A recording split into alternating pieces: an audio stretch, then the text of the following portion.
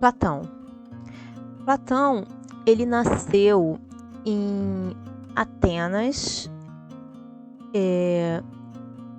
em 400, por volta de 428 a 427 a.C., e faleceu em Atenas também, por volta de 348 e 347 a.C. Foi um filósofo e matemático do período clássico da Grécia Antiga, autor de diversos diálogos filosóficos e fundador da Academia em Atenas, a primeira instituição de educação superior do mundo ocidental. Ele é amplamente considerado figura central na história do grego antigo e da filosofia ocidental, juntamente com seu mentor Sócrates e seu pupilo Aristóteles. Platão ajudou a construir os alicerces da filosofia natural, da ciência e da filosofia ocidental, e também tem sido frequentemente citado como um dos fundadores da religião ocidental, da ciência e da espiritualidade.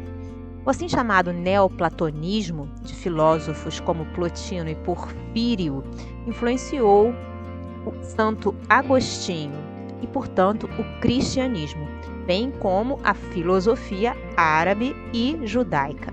Alfred North Whitehead observou certa vez, dizendo: a caracterização geral mais segura da tradição filosófica europeia é de que ela consiste em uma série de notas de rodapé sobre Platão. Platão era um racionalista, realista, idealista e dualista. E a ele têm sido associadas muitas das ideias que inspiraram essas filosofias mais tarde. Foi o inovador do diálogo escrito e das formas dialéticas da filosofia. Platão também parece ter sido o fundador da filosofia política ocidental. Sua mais famosa contribuição leva seu nome, platonismo, também ambiguamente chamado de realismo platônico ou idealismo platônico. A doutrina das formas conhecidas pela razão pura para fornecer uma solução realista para o problema dos universais. Ele também é o epônimo do amor platônico e dos sólidos platônicos. Alguns já alegaram que seu nome verdadeiro tenha sido Aristócles. Acredita-se que suas influências filosóficas mais decisivas tenham sido da mesma linha de Sócrates, do pré-socrático Pitágoras, Heráclito e Parmênides.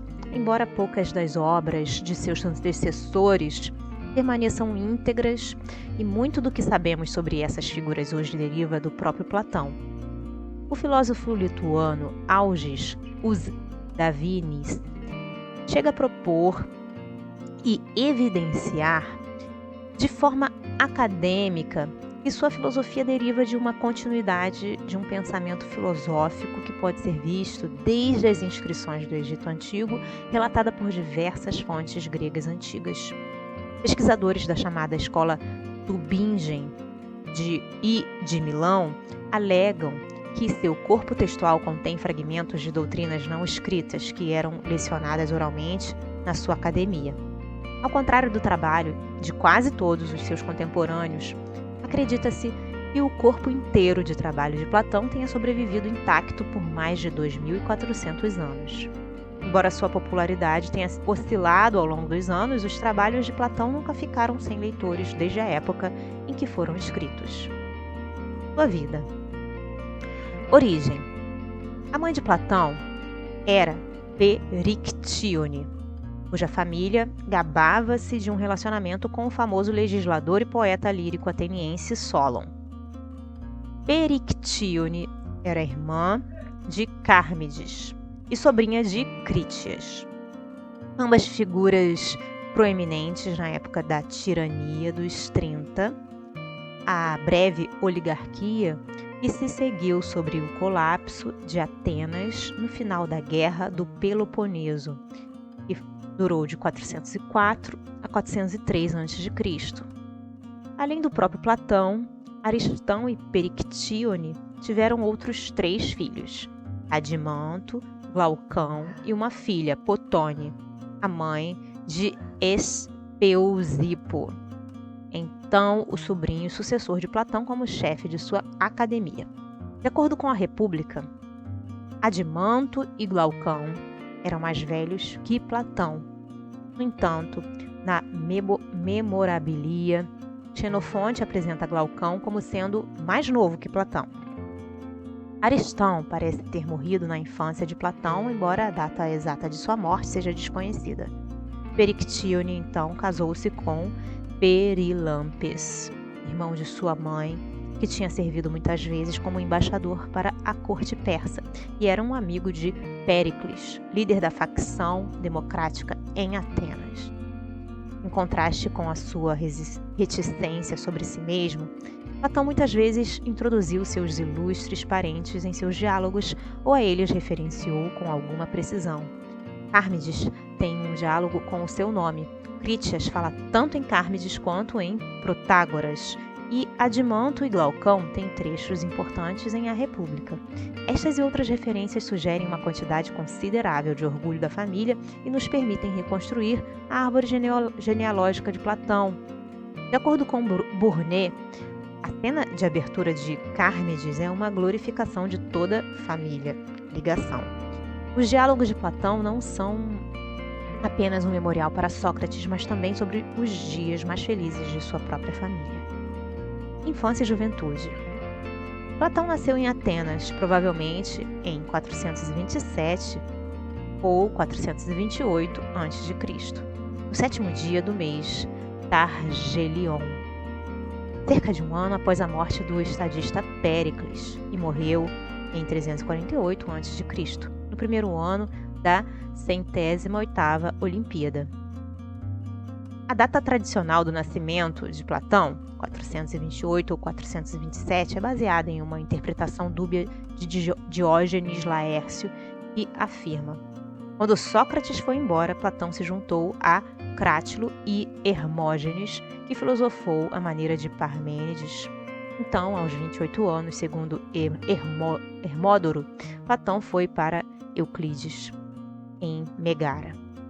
Em sua sétima carta, Platão observa que a sua idade coincidiu com a tomada do poder pelos 30 tiranos, comentando: mas um jovem com idade inferior a 20 seria motivo de chacota se tentasse entrar na arena política. Assim, a data de nascimento de Platão seria entre 424 ou 423. De acordo com Diógenes Laércio, o filósofo foi nomeado Aristócles como seu avô, mas seu treinador de luta, Aristão de Argos, o apelidou de Platão, que significa grande, por conta de sua figura robusta. De acordo com as fontes mencionadas por Diógenes, todas datam do período alexandrino, Platão derivou seu nome a partir da amplitude, platites, de sua eloquência, ou então, possuía a fronte, platis, larga.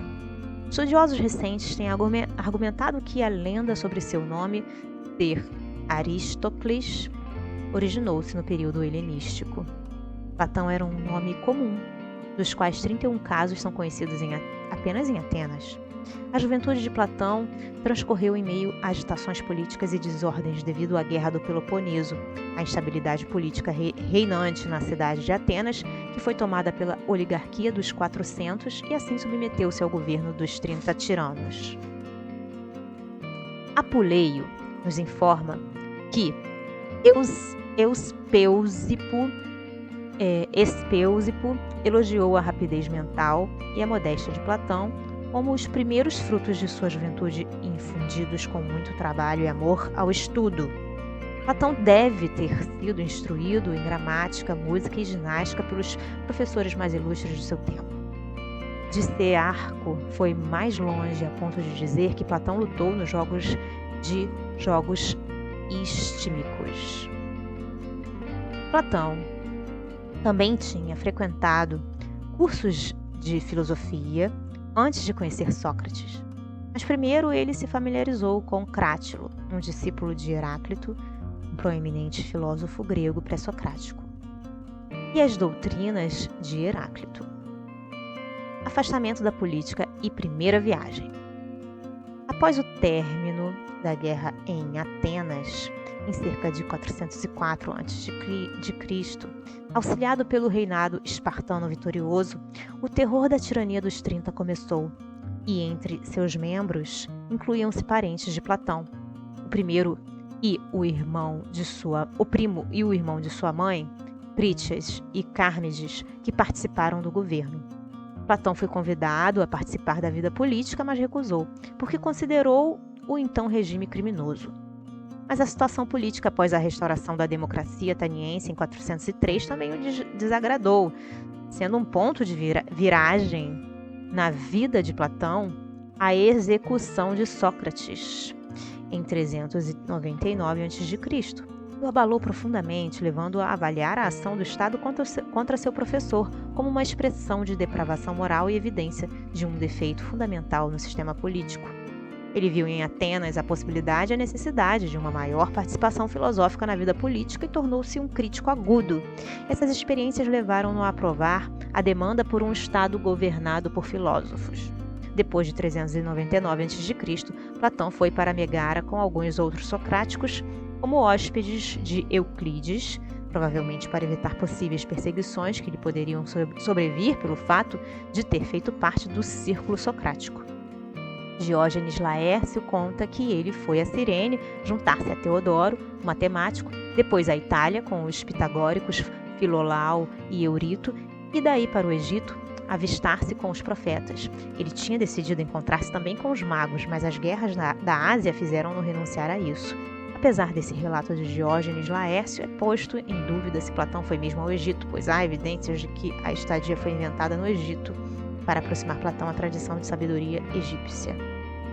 Primeira viagem a Sicília. Por volta de 388 a.C., Platão empreendeu sua primeira viagem à Sicília. Em Taranto, Platão conheceu os pitagóricos e o mais proeminente e politicamente bem-sucedido entre eles, o estadista Arquitas, que o hospedou e protegeu. A mais famosa fonte da história do resgate de Platão por Arquitas está na Sétima Carta, onde Platão descreve seu envolvimento nos incidentes de seu amigo Dion, de Siracusa, e Dionísio I, o tirano de Siracusa. Platão esperava influenciar o tirano sobre o ideal do rei filósofo, Dion, parente do tirano, sobre quem pensou que pudesse ser um discípulo capaz de se tornar um rei filósofo. Dionísio I irritou-se tanto com Platão a ponto de vendê-lo como escravo a um embaixador espartano de Egina, felizmente tendo sido resgatado por Anicérides de Cirene, que estava em Egina, ou ainda o navio em que retornava foi capturado por espartanos, o que o fez ser mantido como um escravo. Estes relatos sobre a primeira estadia em Siracusa são, em grande parte, controversos. Os historiadores tradicionais consideram, assim, os detalhes do encontro entre Platão e o tirano e a posterior ruptura com o ceticismo. Em todo caso, Platão teve contato com Dionísio e o resultado foi desfavorável para o filósofo, já que a sua sinceridade parece ter irritado o governante. Fundação da escola e ensino. Depois de sua primeira viagem à Sicília, por volta de 388 a.C., aos 40 anos, decepcionado com o luxo e os costumes da corte de Dionísio I de Siracusa e de lá expulso, Platão compra um ginásio perto de Colona, a nordeste de Atenas, nas vizinhanças de um bosque de oliveiras em homenagem ao herói Academo. Ele amplia a propriedade e constrói alojamentos para os estudantes. Os membros da academia não eram estudantes no sentido moderno da palavra, pois aos jovens juntavam-se também anciãos. Provavelmente todos deviam contribuir para o financiamento das despesas. Ademais, o objetivo último da academia era o saber pelo seu valor ético-político. Durante 2 décadas, Platão assumiu suas funções na academia e escreveu, nesse período, os diálogos chamados da maturidade: Fédon, Pedro, Banquete, Menexedo, Euditemo, Crátilo. Começou também a redação de A República. Segunda viagem à Sicília. Em 366 ou 367 a.C., com a morte de Dionísio, encorajado por Dion, Platão transmite a direção da academia para Eudóxio e retorna à Sicília. O velho Dionísio morrera em 367, logo após ter sabido que sua peça O Resgate de Heitor tinha recebido o primeiro prêmio no Festival das Lenaias em Atenas, Seu filho Dionísio II sucedeu-lhe o trono e Dion era seu conselheiro. Dion teve trabalho em convencer Platão a voltar para Siracusa, insistindo com argumentos como a paixão do jovem tirano pela filosofia e educação e que a morte do velho tirano poderiam ser o destino divino necessário para que enfim se realizasse a felicidade de um povo livre sob boas leis. Platão, por fim, embarcou em 366 para sua segunda viagem à Sicília. No início, a influência de Platão sobre Dionísio II teve algum progresso, mas pouco durou, pois o jovem era um tanto rude e não possuía o vigor mental para aguentar um prolongado tratamento educacional, além de ser pessoalmente desagradável. Invejoso da influência de Dion e de sua amizade com Platão, obrigou-o a se exilar. Platão, então, regressou a Atenas. Terceira viagem à Sicília. Em 361 a.C., Platão viaja novamente para Siracusa com seus alunos Espeusipo e Xenócrates, em um navio enviado por Dionísio II, numa tentativa final de pôr ordem às coisas. Passou quase um ano tentando elaborar algumas medidas práticas para unir os gregos da Sicília em face do perigo cartaginês. No final, a má vontade da facção conservadora provou ser um obstáculo insuperável. Platão conseguiu partir para Atenas em 360 a.C., não sem antes correr algum perigo de morte. Em seguida, Dion recuperou sua posição à força, mas, apesar de advertências de Platão, mostrou-se um governante imprudente e acabou assassinado. Ainda assim, Platão incitou os seguidores de Dion a prosseguirem com a antiga política, mas os seus conselhos não foram ouvidos. O destino final da Sicília foi ser conquistada pelos estrangeiros, como Platão previra. Platão escreveu sobre a morte de seu amigo comparando-a a um navegante que antecipa corretamente uma tempestade, mas subestima sua força de destruição.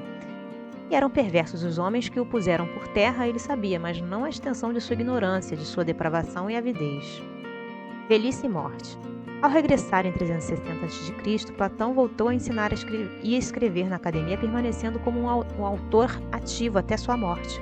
Em 348 ou 347 a.C., aos 80 anos de idade, conta-se que fora sepultado no terreno da academia, para dentro do muro de demarcação da propriedade, ou ainda no jardim da academia. Com sua morte, a academia passou a ser dirigida por Espeusipo, forte simpatizante do aspecto matemático da filosofia de Platão. Obra. Houve um período na Idade Média em que quase todas as suas obras eram desconhecidas. Mas antes disso e depois da redescoberta de seus textos, Petrarca, no século XIV, tinha um manuscrito de Platão. Platão foi lido e tomado como ponto de referência. Tradição e autenticidade. Todas as obras de Platão que eram conhecidas na antiguidade foram preservadas, com exceção da Palestra sobre o Bem, a partir da qual houve um pós-escrito de Aristóteles e se encontra perdido. Há também obras que foram distribuídas sob o nome de Platão, mas possivelmente ou definitivamente não são genuínas apesar disso. Elas também pertencem ao corpus platônico, o conjunto das obras tradicionalmente atribuídas a Platão, mesmo com sua falsidade sendo reconhecida ainda nos tempos antigos. Um total de 47 obras são reconhecidas por terem sido escritas por Platão ou das quais ele foi tomado como autor. O corpus platônico é constituído de diálogos, incluindo críticas de final inacabado. A Apologia de Sócrates, uma coleção de 13 cartas e uma coleção de definições, o Orói.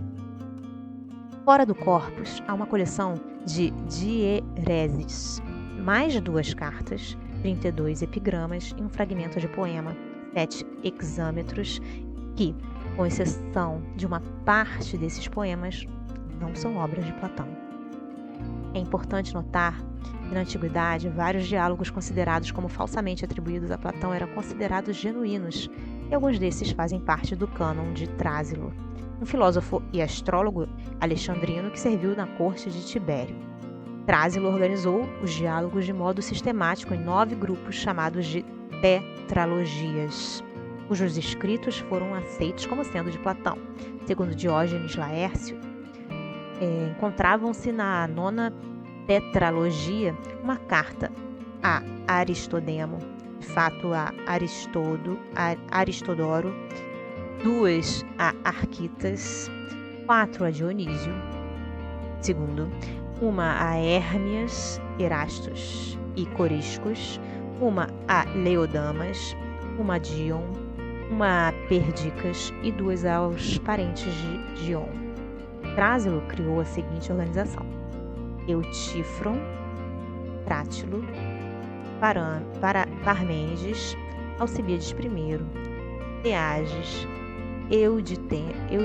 Eutidemo, Hípias Menor, Litófon, Minos, Apologia, Teeteto, Filebo, Alcibíades II, Cármides, Protágoras, Hípias Maior, a República, Leis, Criton, Sofista, o Banquete, Hiparco, Laques, Górgias, Ion, Timeu, Epínomes, Fédon, Político, Pedro, amantes rivais, Lises, Menon, Menexeno, Crítias, Epístolas. Forma literária. Com exceção das epístolas e da apologia, todas as outras obras não foram escritas em forma de poemas didáticos ou tratados, como eram escritos a maioria dos escritos filosóficos, mas em forma de diálogos. A apologia contém passagens ocasionais de diálogos onde há um personagem principal, Sócrates, diferentes interlocutores em debates filosóficos separados por inserções e discursos indiretos, digressões ou passagens mitológicas. Além disso, outros alunos de Sócrates, como Xenofonte, Ésquines, Antístenes, Euclides de Megara e Fédon de Elis, têm obras escritas na forma de diálogo socrático. Platão foi certamente o representante máximo desse gênero literário, superior a todos os outros e, mesmo, o único representante, pois apenas em seus escritos é que se pode reconhecer a natureza autêntica do filosofar socrático, e nos outros escritores degenerou em maneirismos. Mesmo assim, o diálogo em Platão é mais do que um gênero literário, é sua forma de fazer filosofia. Nem todos os trabalhos no corpus de Platão são diálogos. A apologia parece ser o relato da defesa de Sócrates e seu julgamento, e Menexeno é um pronunciamento para funeral. As 13 cartas são ditas serem de Platão, mas a maioria são rejeitadas pelos pesquisadores modernos como sendo ilegítimas. A 7ª carta, ou carta 7ª, é uma das mais importantes, cuja disputa permanece por 2 motivos. Oferece detalhes biográficos de Platão e coloca afirmações filosóficas sem paralelos em outros diálogos. Provavelmente a 7ª carta é uma obra ilegítima e, portanto, não é uma fonte confiável para conhecer a biografia e filosofia de Platão. Cronologia. A questão da cronologia ainda continua a gerar opiniões conflitantes. Análises estilométricas dos diálogos demonstram que eles podem ser agrupados em 3 categorias definidas como obras do período inicial, médio e tardio. Embora exista este consenso comum, não há nenhum consenso sobre a ordem em que as obras devem figurar em seus respectivos grupos. Outro método usado para determinar a ordem cronológica dos diálogos se baseia na conexão entre os vários trabalhos. Os estudiosos têm usado a evidência de pontos de vista filosóficos similares nos diálogos para sugerir uma ordem cronológica interna. As referências textuais dentro dos diálogos também ajudam a construir uma cronologia, ainda que existam pouquíssimos casos de um diálogo se referir ao outro. Finalmente, a cronologia pode ser determinada a partir do testemunho de fontes antigas. Filosofia. Para Giovanni Reale, os 3 grandes pontos focais da filosofia de Platão são a teoria das ideias, dos princípios e do demiurgo. A obra Fédon engloba todo o quadro da metafísica platônica e enfatiza essas 3 teorias, mas Platão advertiu os leitores de sua obra sobre a dificuldade existente em compreendê-las. A política. Sócrates afirma que as sociedades têm uma estrutura de classe tripartida correspondente à estrutura de apetite, espírito, razão da alma individual. O apetite, espírito, razão, é análogo às castas da sociedade. Produtores, guardiães, governantes. Produtores, trabalhadores, os artesãos, carpinteiros, encanadores, pedreiros, comerciantes, fazendeiros, etc., correspondem ao apetite da alma. Guardiães, protetores ou guerreiros, aqueles que são aventureiros, fortes e corajosos, as forças armadas são encarregados de proteger, corresponde à parte espiritual da alma. Governantes ou reis filósofos, Aqueles que são inteligentes, racionais, autocontrolados, apaixonados pela sabedoria, adequados para tomar decisões pela comunidade, correspondem à parte racional da alma e são muito poucos. A utopia platônica da república é igualitarista. Para Sócrates, deve haver a igualdade absoluta entre homens e mulheres. Ambos devem ter a mesma educação e as mesmas oportunidades de chegar a ser guardiões ou governantes. Guardiões e governantes não devem constituir família ou manter propriedade privada, ambos permitidos somente aos produtores. De acordo com esse modelo, os princípios da democracia ateniense, como existiam em seus dias, são rejeitados, pois apenas alguns são adequados para governar. Em vez de retórica e persuasão, Sócrates diz que a razão e a sabedoria devem governar. Assim ele diz: até que os filósofos sejam reis, ou até que os reis e príncipes deste mundo tenham o espírito e o poder da filosofia, e até que a grandeza política e a sabedoria se encontrem, e até que a natureza dos plebeus que perseguem uma até a exclusão da outra seja forçada a se retirar, as cidades nunca se livrarão dos seus males. Não, nem raça humana, segundo creio. Não, nem a raça humana, segundo creio. Sócrates, República, 473. Até que isso aconteça, Sócrates diz que a humanidade terá de se contentar com uma sombra de justiça caracterizada por uma mentira real que diz que aqueles que governam merecem fazê-lo e que aqueles que são governados também o merecem.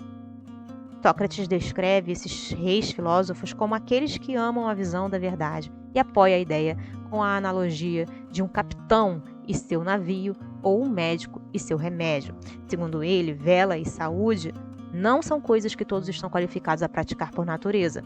Uma grande parte da República aborda como o sistema educacional deve ser para produzir reis filósofos. De acordo com Sócrates, um estado composto de diferentes tipos de almas em geral decai para a aristocracia, regra pelos melhores, para uma timocracia, regra pelos honoráveis, depois para uma oligarquia, regra pelos poucos, depois para uma democracia, regra do povo e finalmente para a tirania, regra de uma pessoa, regra de um tirano. A aristocracia, no sentido de governo politeia, é defendida na República de Platão. É o regime governado por um rei filósofo e, portanto, baseia-se na sabedoria e na razão.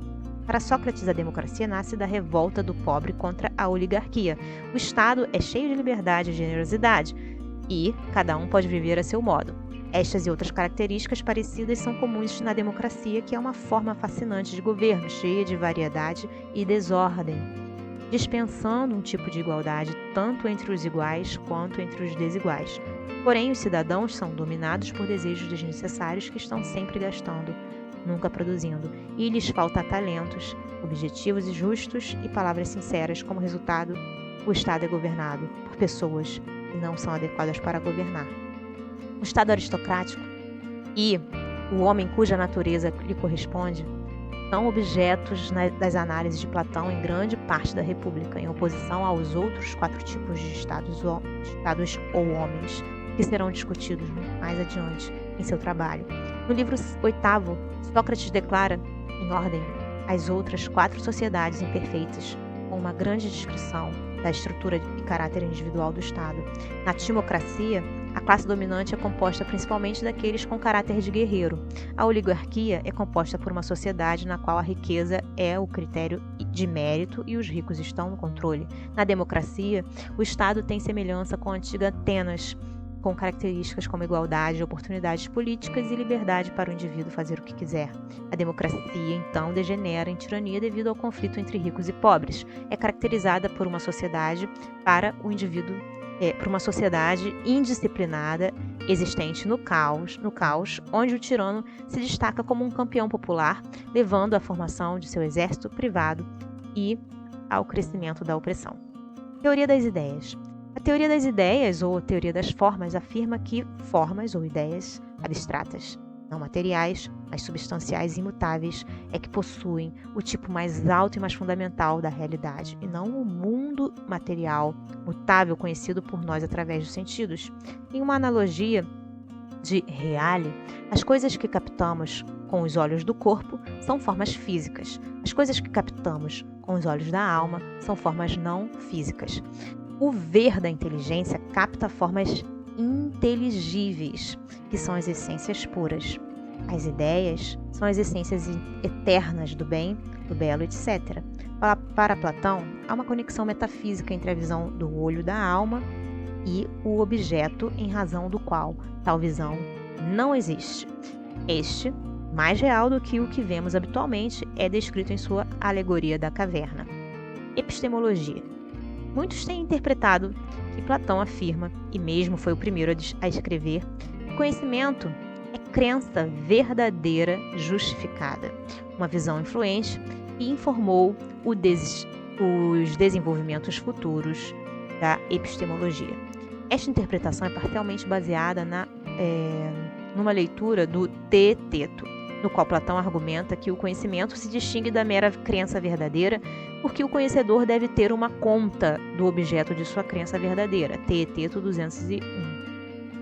Essa mesma teoria pode novamente ser vista no Mênon, onde é sugerido que a crença verdadeira pode ser aumentada para o nível de conhecimento se está ligada a uma conta quanto à questão do porquê. O objeto da verdadeira crença é assim definido.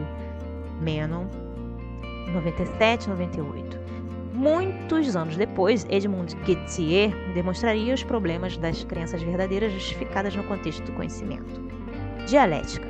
A dialética de Platão não é um método simples e linear, mas um conjunto de procedimentos, conhecimentos e comportamentos desenvolvidos sempre em relação a determinados problemas ou conteúdos filosóficos.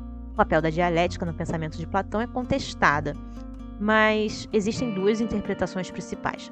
A dialética platônica é tipo de raciocínio ou um método de intuição.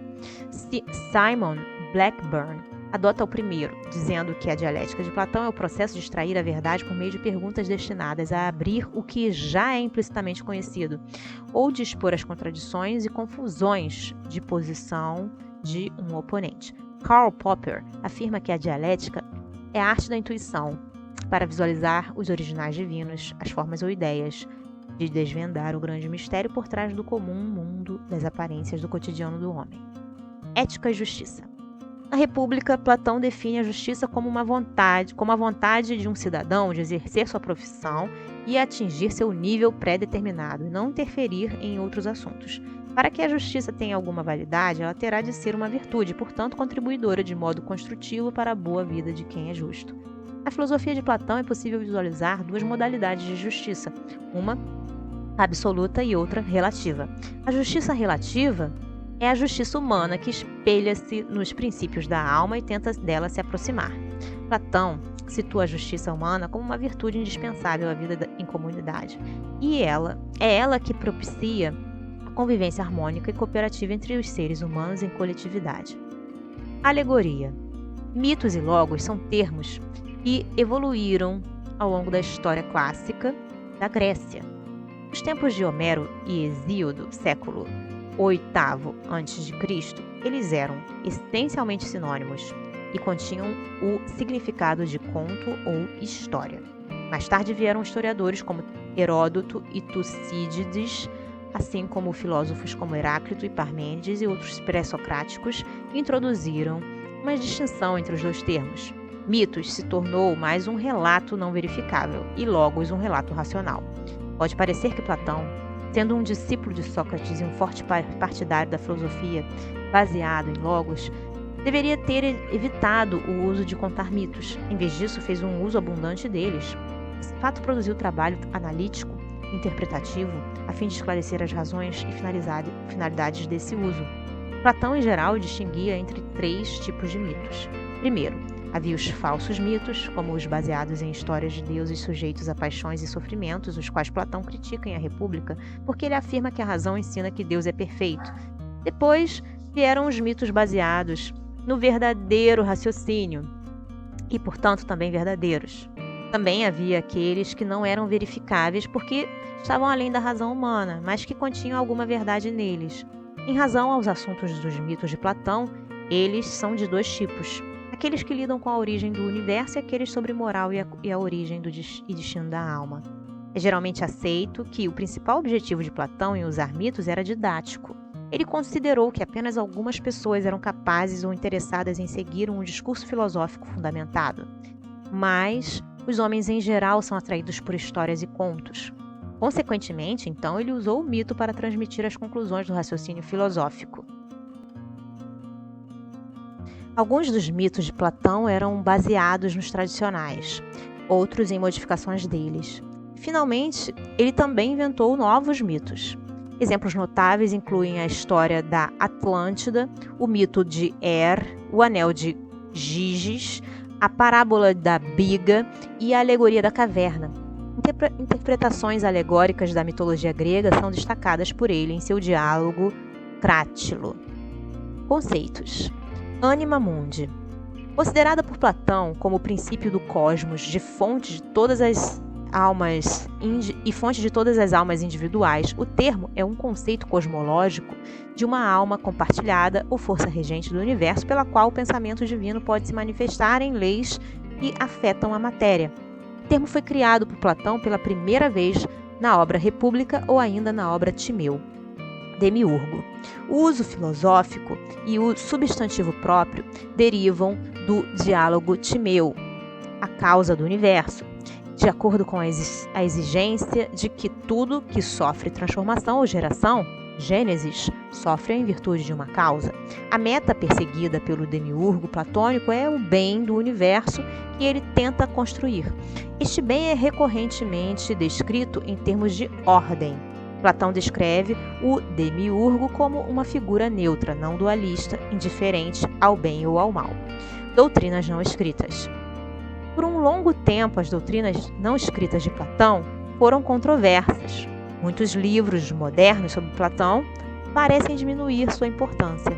No entanto, a primeira testemunha importante que menciona sua existência é Aristóteles, que, em sua Física, escreve: é verdade, de fato, que o relato que ele dá lá no Timeu do participante é diferente do que ele diz em seus assim chamados de ensinamentos não escritos. O termo significa literalmente doutrinas não escritas e representa o ensinamento metafísico mais fundamental de Platão, que ele divulgou apenas oralmente, alguns dizendo que apenas aos seus companheiros mais confiáveis e que ele pode ter mantido em segredo do público. A importância das doutrinas não escritas parece não ter sido seriamente questionada antes do século XIX.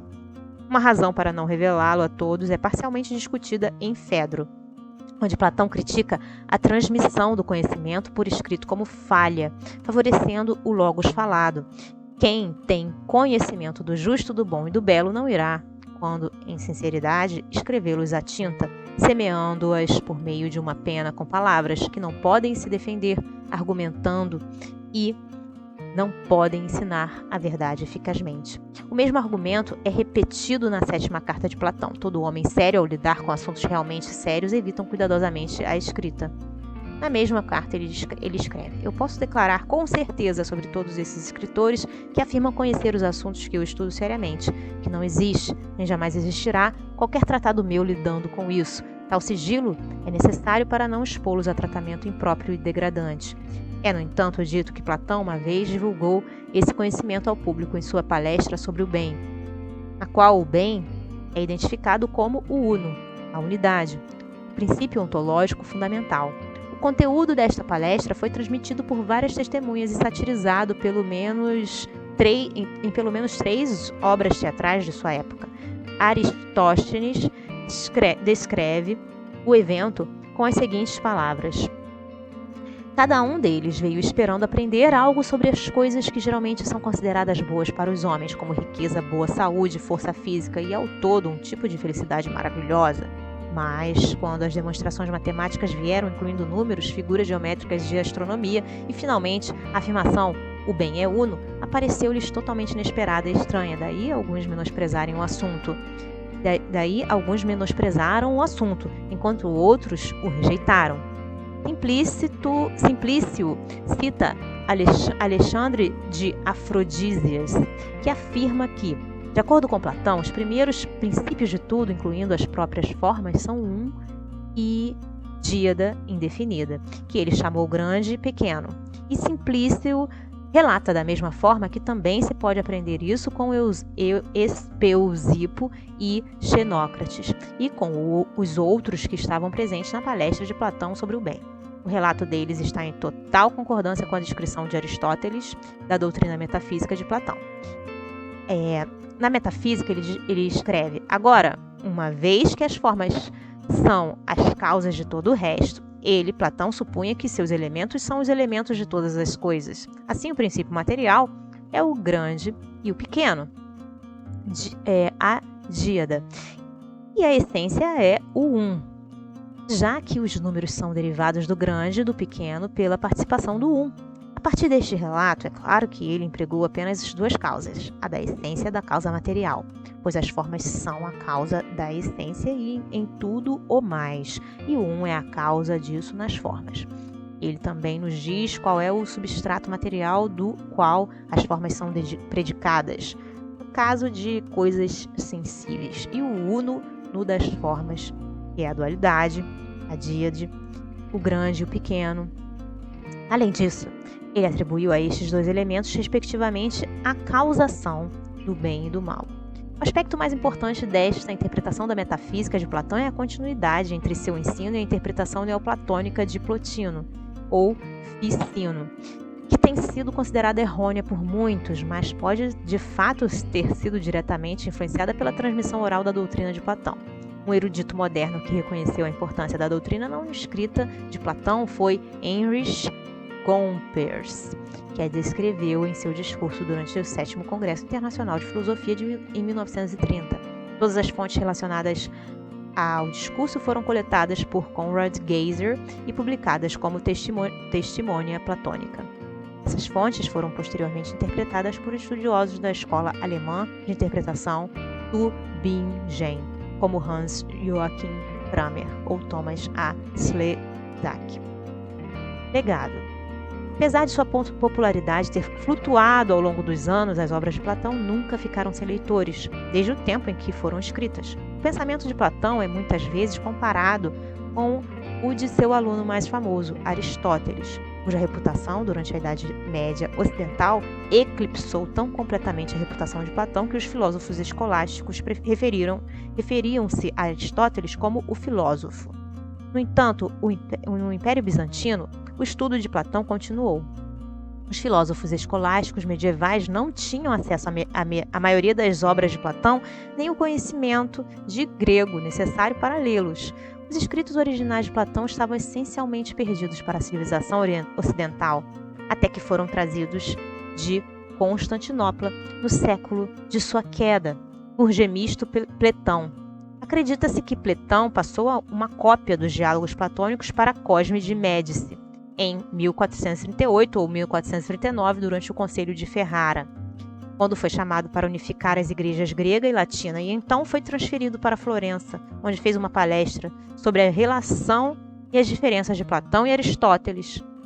Assim, Platão teria influenciado Cosme com seu entusiasmo. Durante a Era de Ouro Islâmica, estudiosos persas e árabes traduziram muito de Platão para o árabe e escreveram comentários e interpretações sobre Platão, Aristóteles e obras de outros filósofos platônicos. Ver Al-Farabi, Avicena, Averroes, Hunayn ibn Ishaq. Muitos desses comentários sobre Platão foram traduzidos do árabe para o latim e como tal, influenciaram filósofos escolásticos medievais. Filósofos ocidentais notáveis continuaram a recorrer à obra de Platão desde aquela época. A influência de Platão tem sido especialmente forte em matemática e ciências. Ele ajudou a fazer a distinção entre a matemática pura e a matemática aplicada, ampliando o fosso entre a aritmética, agora chamada de teoria dos números, e logística, agora chamada de aritmética. Ele considerou a logística como apropriada para homens de negócios, enquanto os homens de guerra devem aprender a arte dos números ou ele não vai saber como reunir suas tropas.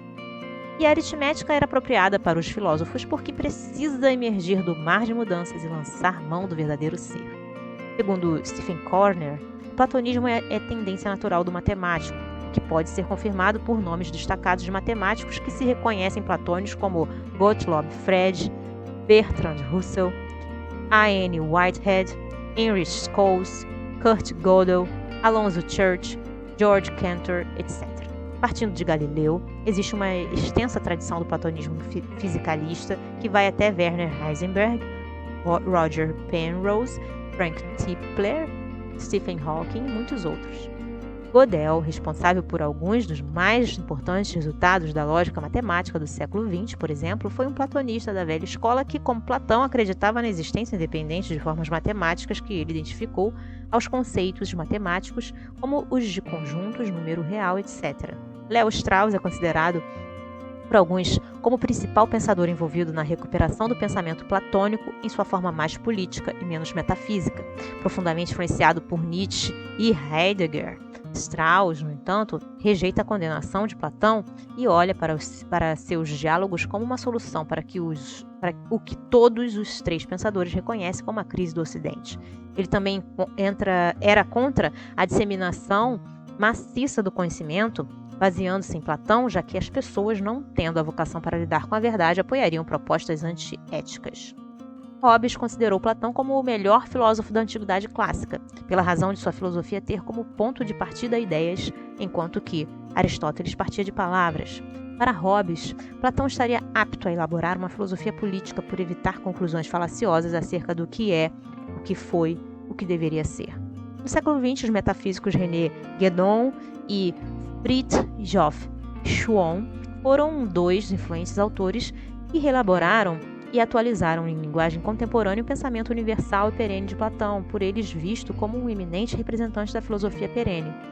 Nos livros de ambos, como em A Crise do Mundo Moderno e O Reino da Quantidade, de Guénon, e A Unidade Transcendente das Religiões, Forma e Substância nas Religiões, e O Homem no Universo, de Schuon, as ideias de Platão são expostas e discutidas em profundidade.